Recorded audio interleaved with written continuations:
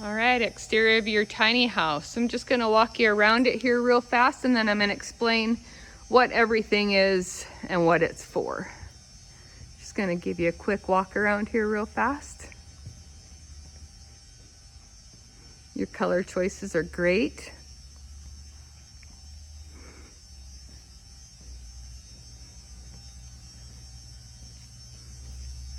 Love that cedar accent with that green. Cedar and green just goes so good together.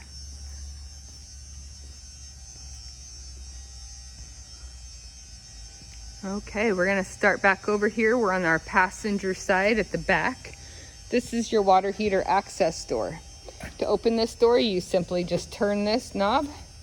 You can lift it off and it just kind of hangs right here. You do have an off and on switch out here as well. Again, reading your owner's manual will be key for you here. This is your drain. This is your quick drain, I should say. This is also where your water filter is. I'm not gonna pull this open all the way because we are winterized and I'll have antifreeze come out on you. On me, I should say. You never wanna pull this when you are attached to water. If you are going to pull this, if you wanted to drain your lines, you're gonna wanna make sure that you unhook your water, release the line, the pressure in the lines by turning on a sink after you've disconnected water, and then you could pull this. If I push this down all the way, your water would start draining out, and in this case, antifreeze. This is a filter that you can take out, and you also have a pressure release valve right up here. Again, in your owner's manual, you'll see that as well. You do need a pressure regulator on your tiny house if you are hooked up to city water. If your well is pressurized enough at low PSI, you may not need one, but we do recommend pressure regulators on these. The vent right above your water heater, this is the vent for your washer dryer combo. This is where that's gonna vent out when it's running. Coming right alongside the tiny house, this vent right here will be closed when you get it like it is right now. You're just gonna open this vent up. This vent is for your range hood. So when you're running that vent in your kitchen, this is where it's gonna vent out. Again, we are going to close it for transport, but you should open it when you get it to where it's coming. This right here is the outside access. Should you ever need access to the outside of this, this is for that furnace. This is hot. It's gonna stay hot. You're not gonna wanna store anything combustible around this area, as this will blow hot when that is blowing on the inside. Right up there, that is that photocell light that I was talking to you about. Now, a photocell light is basically that if you keep your light on at night, in the morning when the sun comes up, it's gonna shut itself off and go into dawn to dusk mode, meaning that it will come back on at nighttime. We leave the little tag on there for you, but at the top there, it shows you where the sensor is for that photocell and the color changing. There's a button in there that will color change it, and I believe it goes through different hues of white. Right here, this is your outside GFI. Again, if you have problems with outlets on the inside of your tiny house, you're always gonna wanna check your GFIs first, including this one.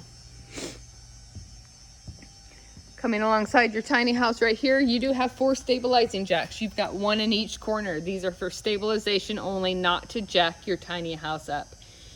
You can do some leveling with these, but again, these are meant for more stabilization. Your tiny house is meant to have its weight stay on the tires.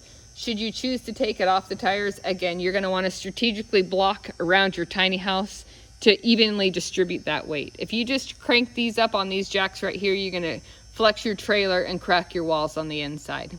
If you wanted to do skirting, and I know we've talked about this, we leave a little groove right here for you to be able to pop in some panels for you.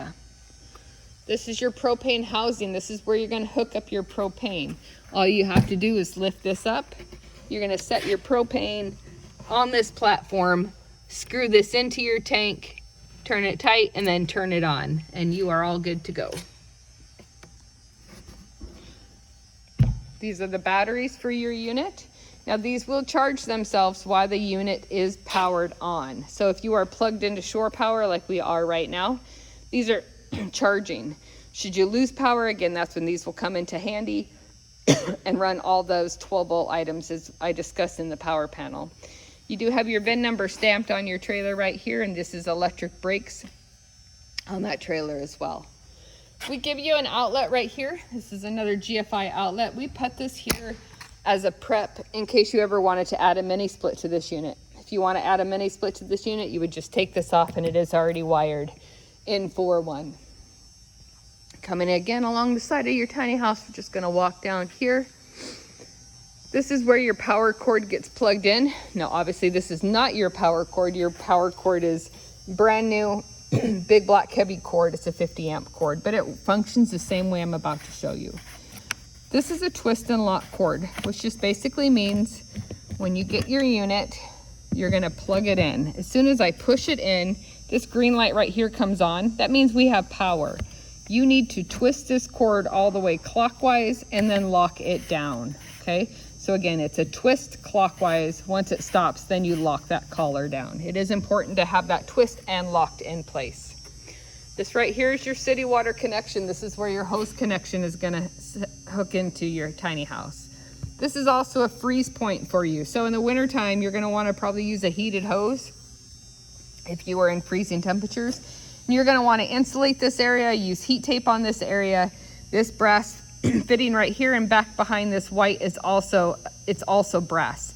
So you need to protect this whole thing in the wintertime from freezing, okay? Again, insulated box, insulation, heat tape, whatever you need to do to keep this part right here from freezing when you're hooked up to water. Now down here, as requested, we did split your gray and your black valves for you. This one on the right is gray. It's got a gray handle. And this is your black water right here. So you can do separate things with them. Now, when you get to where you're going, you're just gonna unhook this. Sorry, I can't do it one-handed. Sorry, these come off. And then you're gonna hook your hose in. So you're gonna take this off. Sorry, I need two hands to do it.